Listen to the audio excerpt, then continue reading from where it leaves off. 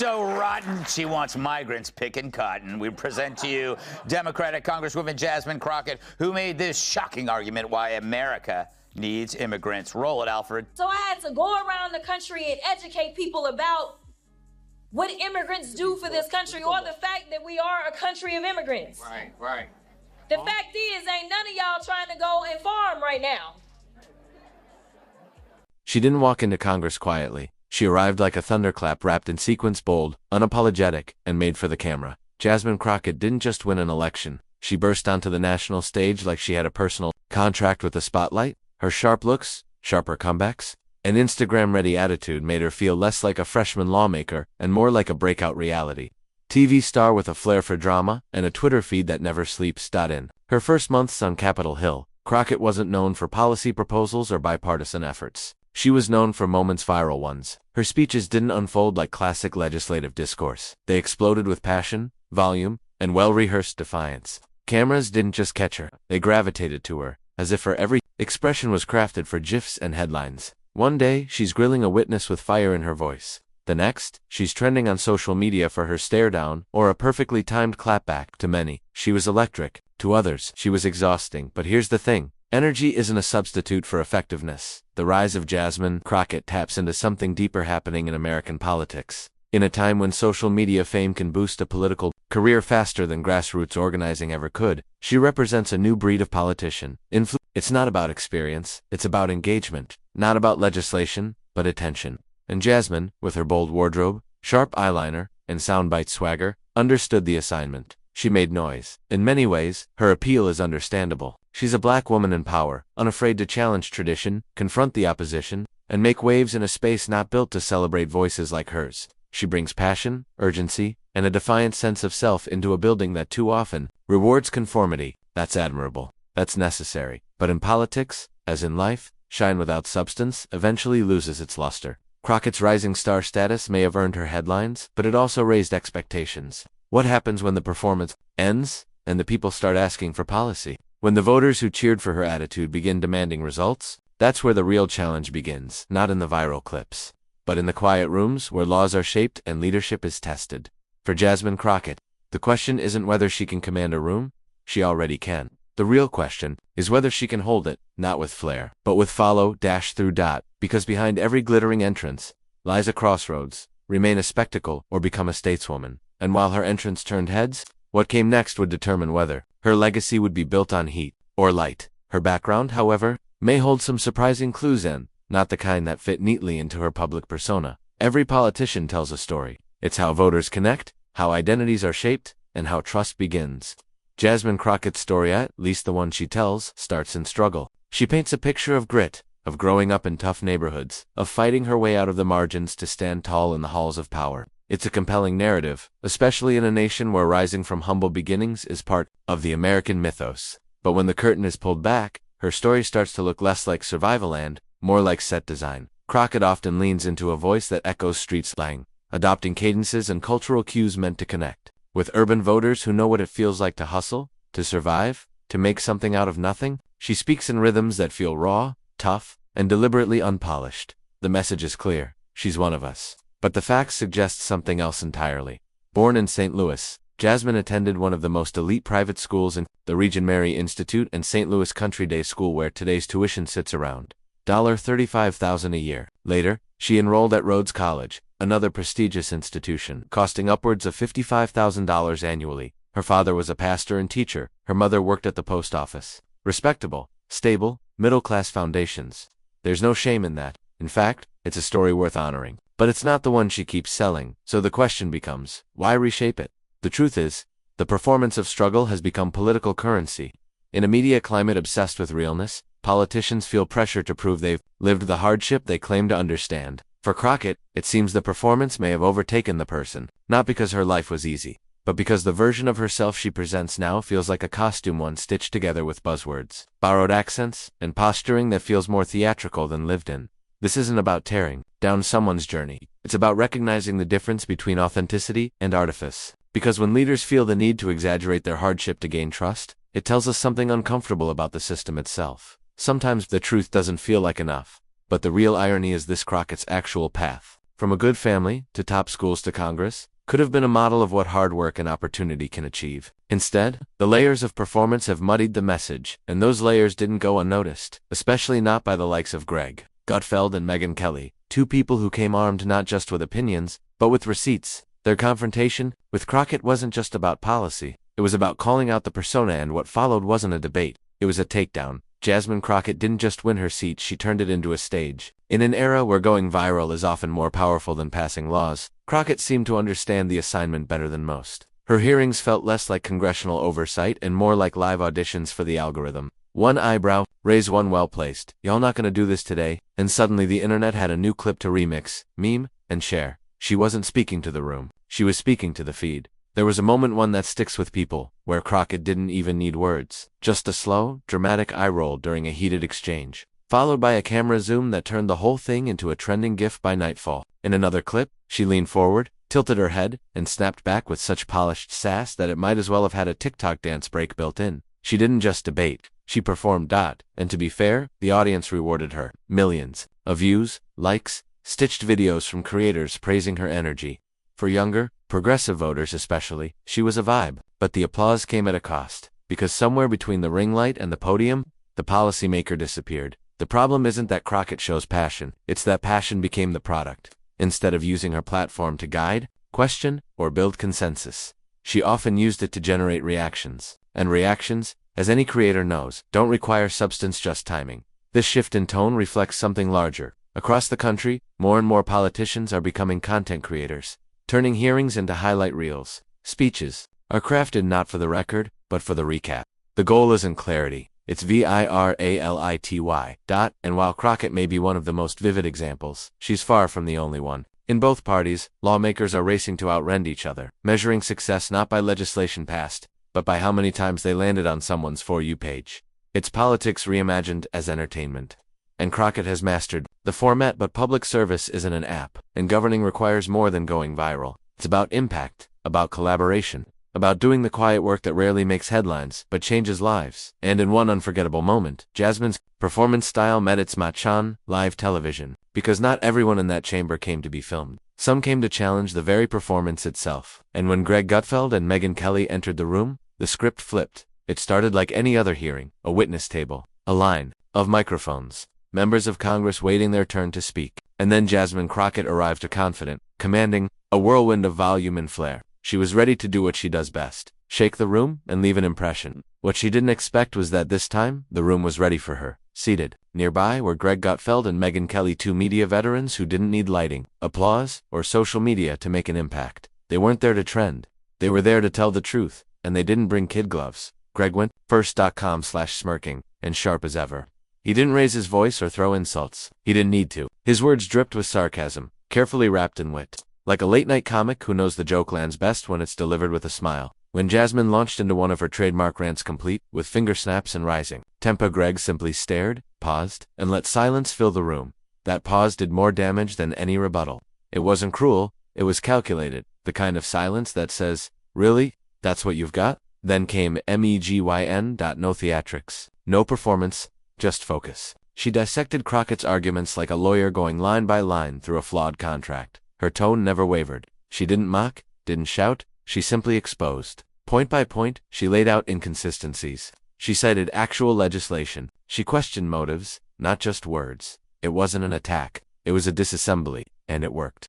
In less than 10 minutes, Crockett's momentum unraveled. Her go-to expressions, the eye rolls, the side glances, the clipped sass, suddenly felt smaller, like someone swinging in the wrong ring. It wasn't TikTok, it wasn't Twitter. This was a space where receipts mattered. And both Gutfeld and Kelly brought stacks.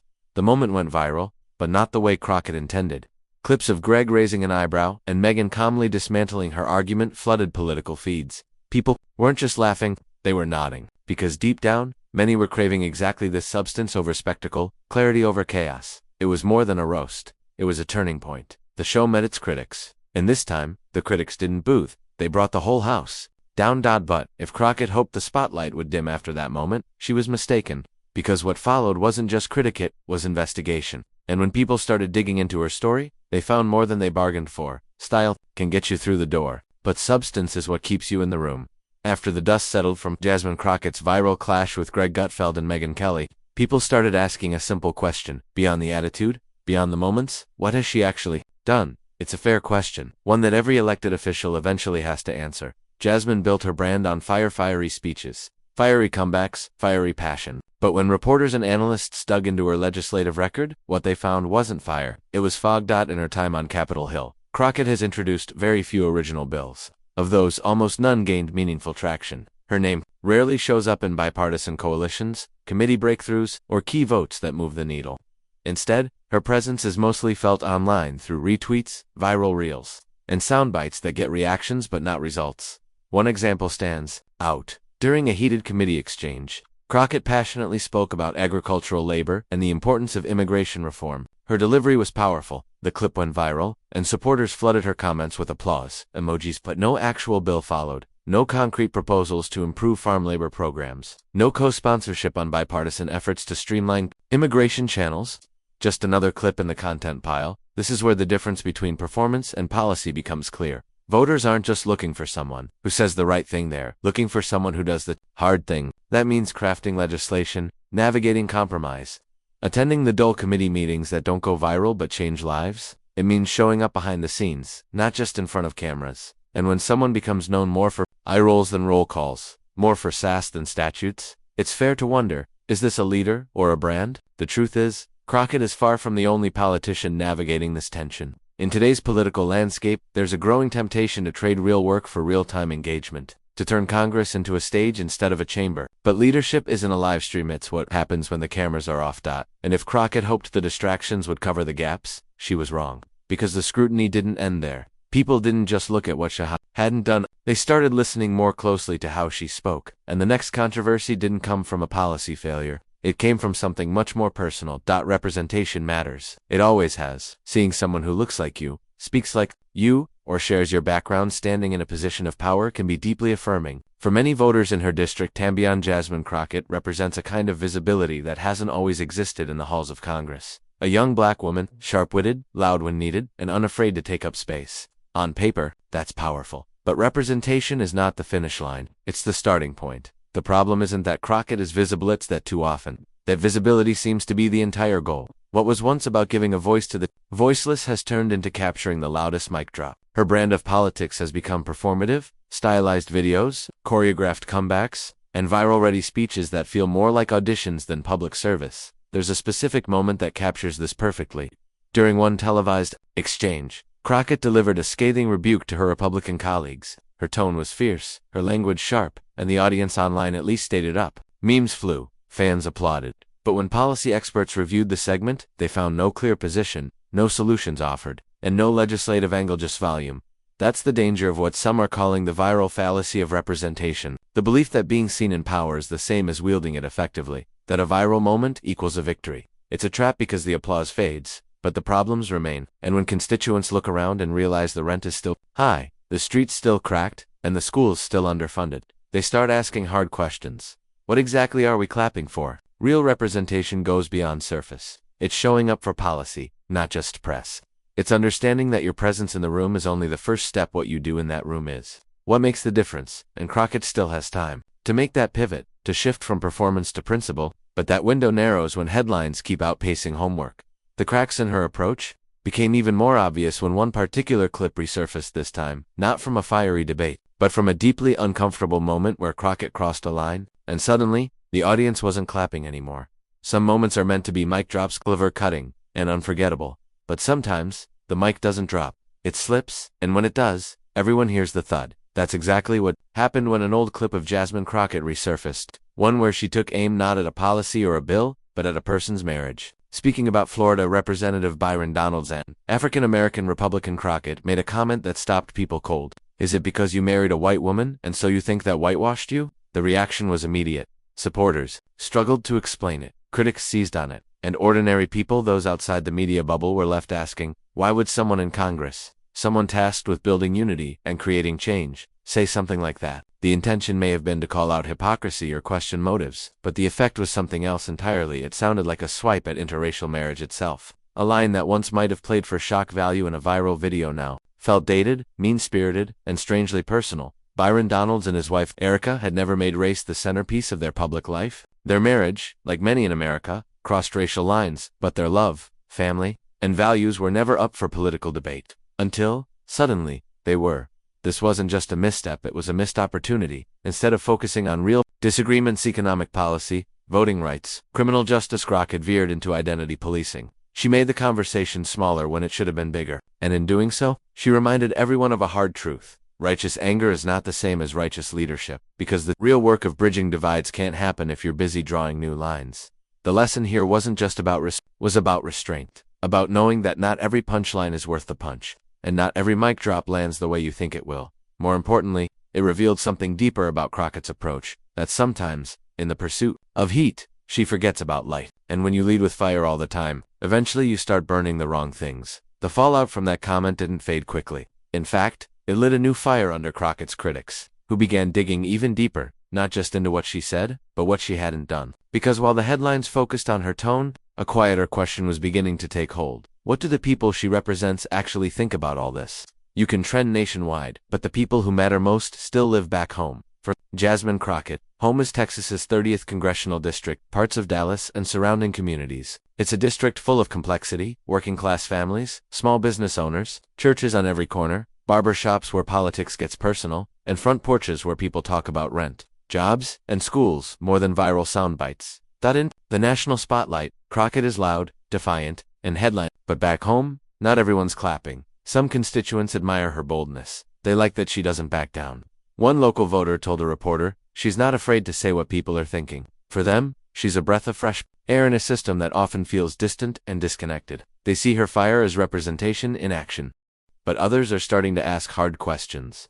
At a town hall event in Oak Cliff, a retired school teacher stood up and asked, "All that energy in DC, can we get some of it down here for our schools?" A single mom in South Dallas wondered why her neighborhood hadn't seen the infrastructure improvements promised during the campaign. A small business owner quietly admitted, "I see her on TV more than I see her in the district." Those questions aren't attacks, they're reality checks. Because constituents don't care how many followers you gain, they care how many roads get fixed, how many job programs open, how many votes you cast that actually help their families. They don't want a media star, they want a public servant. One pastor put it best, "She's got a platform, yes, but we need her to remember who put her on it." It's the quiet voices, the ones who aren't on Twitter, the ones who don't go viral, that matter most in a democracy. And when those voices begin to feel unheard, that's when the real political danger begins. Not from opponents across the aisle, but from the silence of your own base. So while Jasmine battles on cable news and trades lines with media figures, the people she was elected to serve are watching, and their patience, like their streets and their schools, is wearing thin. But Crockett's political persona wasn't built overnight. It was shaped, challenged, and sharpened by those who saw through it.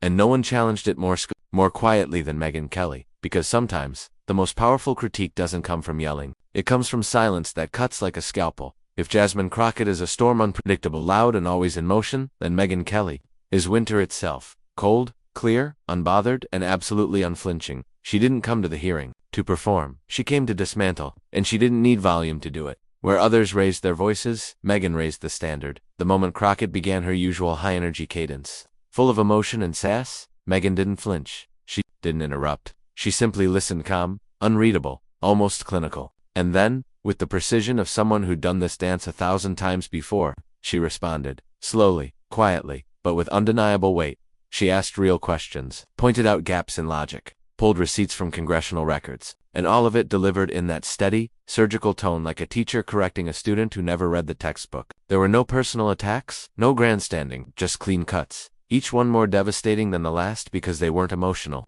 they were factual. That's Megyn Kelly's power. She doesn't argue to win the room, she speaks to hold the mirror, and when she held it up to Jasmine Crockett, the reflection wasn't flattering. Crockett's buzzwords suddenly sounded thin, her retorts hollow, because when you're performing, the worst thing that can happen is facing someone who's not playing the same game. It's easy to brush off critics who shout back, much harder to face someone who dismantles you with poise in a spreadsheet. What Megyn reminded everyone that day is this: true accountability doesn't need a spotlight. It walks in, says what needs to be said, and leaves the room colder than it found it. And in politics where drama often overshadows discipline, that kind of stillness is rare and powerful. Jasmine Crockett wasn't prepared for that kind of opposition. She came ready for a back and forth. What she got was a quiet audit of her record, her rhetoric, and her relevance. But Megyn wasn't there to end Jasmine's career. She didn't have to be. She just forced the question out into the open. What happens when the brand starts to break? And the answer began to reveal itself, not in committee rooms or viral moments, but in a much quieter place, the story Crockett was telling herself. A story that, under scrutiny, began to unravel. Spotlights don't last forever. They burn bright, then move on. And when they do, what's left behind says everything about who you really are.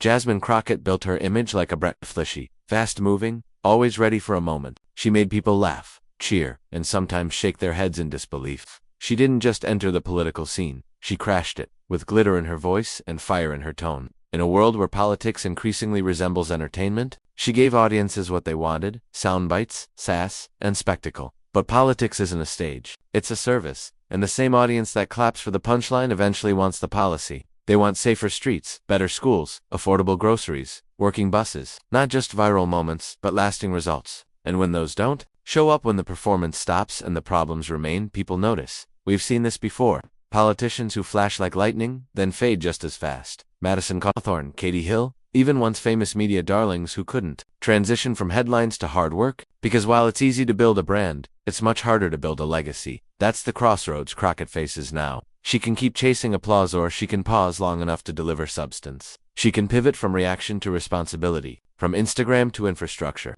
And if she does, the same charisma that brought her to the dance could help her lead the room. But if she doesn't, if she doubles down on the drama and the dressing room energy, then her story risks becoming just another chapter in the book of what could have been. Because when the spotlight fades, it doesn't ask how loud you were. It asks what you left behind. End for Jasmine Crockett. The final scene hasn't been written yet, but across the country, in quiet corners and noisy rooms alike, voters are watching, waiting, hoping that somewhere underneath the glitter, there's still a gavel waiting to be picked up and used for something that matters. Jasmine Crockett's journey is a reflection of a bigger story in American politics. Today, a tale of personality over policy, performance over purpose. From bold entrances and viral clapbacks to uncomfortable truths and sharp takedowns, her rise has sparked debates far beyond Capitol Hill. But in the end, the message is clear. Leadership isn't about the loudest voice in the room. It's about what you do when the cameras stop rolling. Whether Crockett becomes a lasting force or a fleeting headline depends on what she chooses to stand for beyond the spotlight. Thank you for watching and spending your time with us. If you found this video insightful, please give it a like, subscribe to the channel,